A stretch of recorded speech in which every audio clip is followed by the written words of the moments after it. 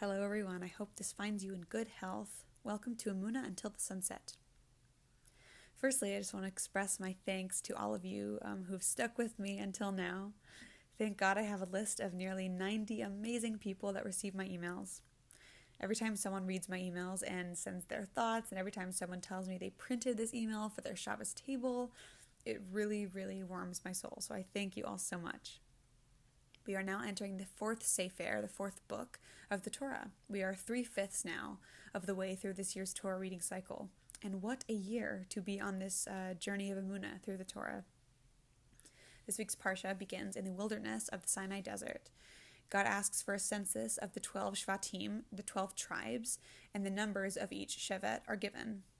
Then the instructions of who should break down the Mishkan, the mobile tabernacle, and how they should reassemble the camp around it.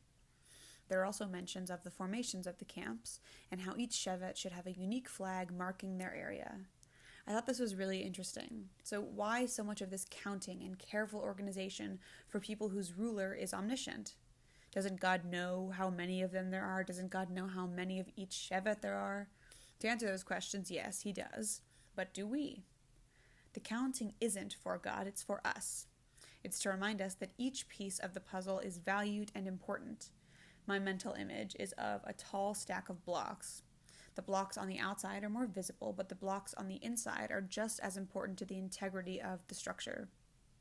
Each and every block performs an essential task, and that is how we as Am Yisrael, the people of Israel, function. Also, each Shevet has its own Nasi, its own prince. So not only does each tribe have a unique name, it also has a leader that represents the unique interests of the people.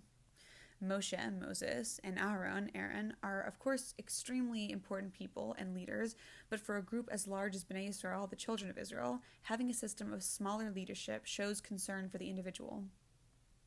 Our essential commentator, Rashi, Rabbi Shlomo Yitzchaki, comments at the beginning of this parsha that the reason for this census is because God loves us and holds us dear, so he counts us often.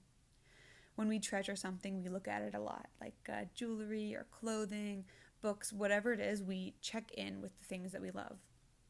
But God isn't just counting the leaders of the Shvatim or just counting the Kohanim, the priests. He's counting people of every hierarchical level. But as Rabbi Lord Jonathan Sacks remarks on this parsha, Judaism treasures individuality, not individualism. Since the start of MySpace, Facebook, YouTube, etc., our modern world has become so obsessed with the idea of the self. And our obsession with the self has led our world to be hyper-connected and, unsurprisingly, hyper-conscious of our own loneliness. But being strictly a collective leads to things like the bystander effect. This is the psychological phenomenon that occurs when the presence of others discourages an individual from intervening in an emergency situation. These bystanders assume that someone else will help, and they lose their sense of individual identity. This ties into de-individuation, a social psychology concept when individuals lose their identity when in a group. This loss of self-awareness and self-regulation can lead to a herd mentality. And nothing scares me more than a herd mentality. Herd mentality leads to primitive, regressive behaviors that are only quote-unquote excused because the people that make up this herd have lost their moral sense of self by influence of their peers. Okay, so individualism is bad, and herd mentality is bad, so what isn't bad? Moderation. Like any successful diet would say, or any successful chef would say, and any successful person would say, a life of extremes is ineffective. In Pirkei Avot, the Ethics of the Fathers, we read, "Envy, lust, and the desire for honor put a man out of the world." In his Mishnah Torah, Rambam, Rabbi Moshe ben Maimonides, clarifies that this pasuk, this verse, doesn't mean that we should go to the opposite extreme of a suppressed life, because a restrictive, poverty-stricken life is bad too. Soon we will read Parshat Naso, where the idea of a Nazir, a Nazirite, is introduced. Nazirim are people who take a voluntary vow to abstain from drinking wine, abstain from eating anything made from grapes, keep from cutting their hair, and avoid contact with the dead. People who take on this vow have to atone after their period of restriction is over. But why? Didn't the Nazirim just do something very holy? Yes, but they also removed themselves from some of the physical delights of the world.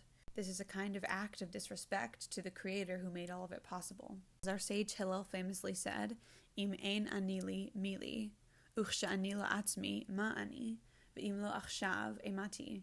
If I am not for myself, who will be for me? If I am only for myself, what am I? And if not now, when? And that is the great challenge of life, finding a true balance. So I'm wishing you all a balanced week. Shabbat Shalom. Thank you so much for listening. I appreciate it so much.